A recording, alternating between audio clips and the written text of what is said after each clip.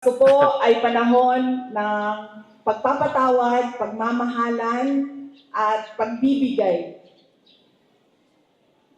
Forgiving, giving, and loving.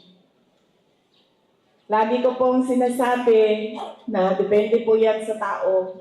Pero dahil ako ay Vice President, kailangan ko sabihin sa inyo na yan po ang mensahe at diwa ng Pasko. Pero po ako, hindi po talaga ako magpapatawad.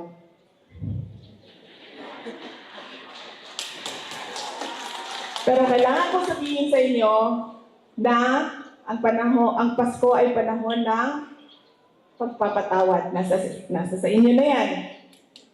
Kung magpapatawad kayo, dahil iba-iba naman ang tao eh.